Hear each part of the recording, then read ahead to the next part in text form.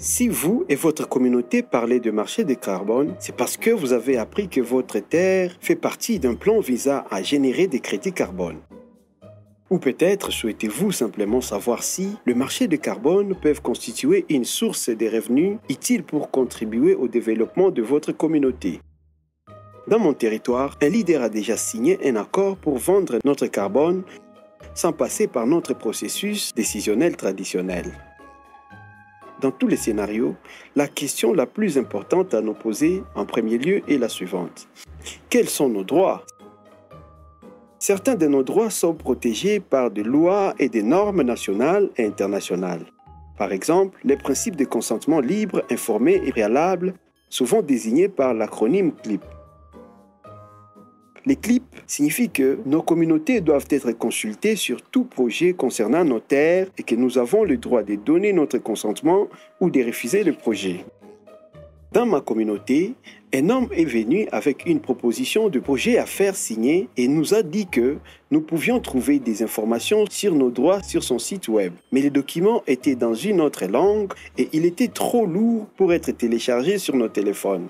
Dans ces cas, vous et votre communauté n'avez pas été correctement informés et beaucoup considèrent qu'il s'agit d'une violation des CLIP. Voyons ce que signifient réellement les CLIP. Consentement. La possibilité de dire oui ou non à un accord qui doit être conclu dans le cadre du processus décisionnel traditionnel de la communauté. Libre. La permission doit être donnée volontairement et sans pression, intimidation ou manipulation. L'information doit être véridique et transparente dans un format facile, accessible et cumulément approprié et dans une langue comprise par l'ensemble de la communauté. Elle doit couvrir toutes les répercussions possibles sur nos communautés, les positives comme les négatives. Préalable. La communauté doit être consultée avant le début de toute activité.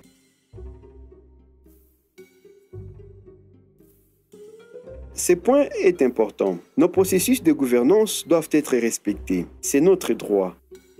Nous ne voulons pas non plus signer un accord qui nous interdirait de poursuivre notre mode de vie traditionnel qui consiste parfois en l'abattage d'arbres ou les brûlages contrôlés pour les exploitations agricoles et l'entretien de terres. Et n'oubliez pas, vous et votre communauté avez le droit de dire non ou de refuser de donner votre consentement jusqu'à ce que certaines conditions soient remplies. Quelque chose me préoccupe encore. Vous dites que nous devons être consultés lorsque le projet concerne nos terres.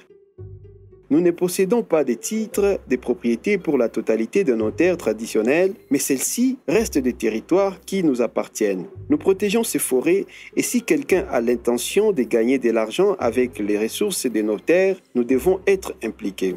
Même lorsque nous ne possédons pas de titres de propriété sur nos terres, nous devons toujours être consultés. Lorsque vous lisez ou négociez des contrats, il est toujours préférable de faire appel à un avocat de la communauté ou à un assistant d'avocat pour en examiner les termes ou de demander l'aide d'une organisation en laquelle vous avez confiance.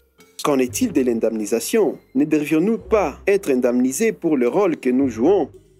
Absolument. Tout accord qui génère des revenus signifie que nous devons également en bénéficier. La distribution équitable et juste des bénéfices est un autre principe auquel les communautés ont droit selon les règles des programmes RED+.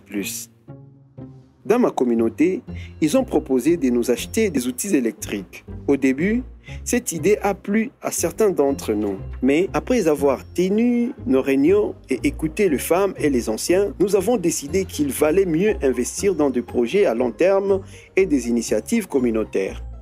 La plupart des projets carbone font l'objet des combats à long terme. Tant que la forêt est sur pied, elle continuera à générer des revenus pendant 10 ans, 20 ans, voire plus.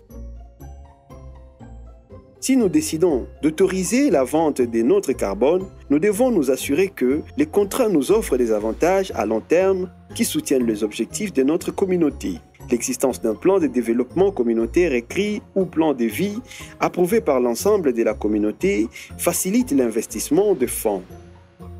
Nos droits sont nos droits, quelles que soient les personnes qui gouvernent le projet proposé et son programme ou sa norme. Nous approfondirons ces détails dans la prochaine vidéo.